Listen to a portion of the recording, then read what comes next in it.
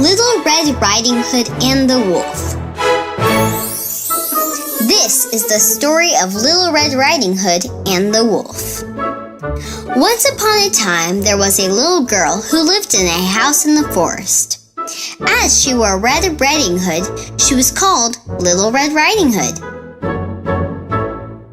One day, her mother made a food basket for her grandma, who lived on the other side of the forest and was very sick.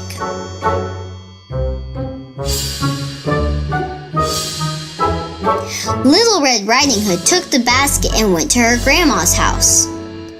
On the way, she found a wolf who asked her, "Hello, Little Red Riding Hood. What are you doing in this dangerous forest?" And she replied, "I'm going to my sick grandma's house." Then the wolf said, "Go this way, it's shorter."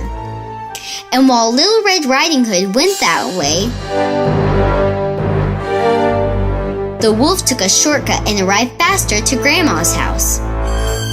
When Grandma saw the wolf, she ran away and locked herself in a closet. Then the wolf came in, took the lady's clothes, and dressed as her. Quickly, he got into the bed and waited for Little Red Riding Hood to arrive. When Little Red Riding Hood came in, she greeted her grandmother. "Hello, Grandma, how are you?" And the disguised wolf replied, "Very well, Little Red Riding Hood." Little Red Riding Hood saw that her grandma was very different, so she said, Grandma, why do you have such big hands?" And the wolf replied, "To hug you better." And Little Red Riding Hood asked, Grandma, why do you have such big ears?" "To hear you better." And Little Red Riding Hood asked again, Grandma, why do you have such big teeth?" And the wolf replied, "To eat you better." Then Little Red Riding Hood started to scream, and a hunter who was nearby heard her and came to her rescue. He saw the wolf and shot him.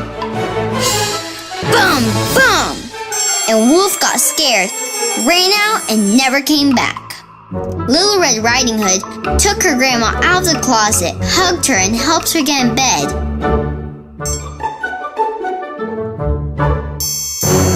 And gave her the food basket she brought from home. And everyone lived happily ever after.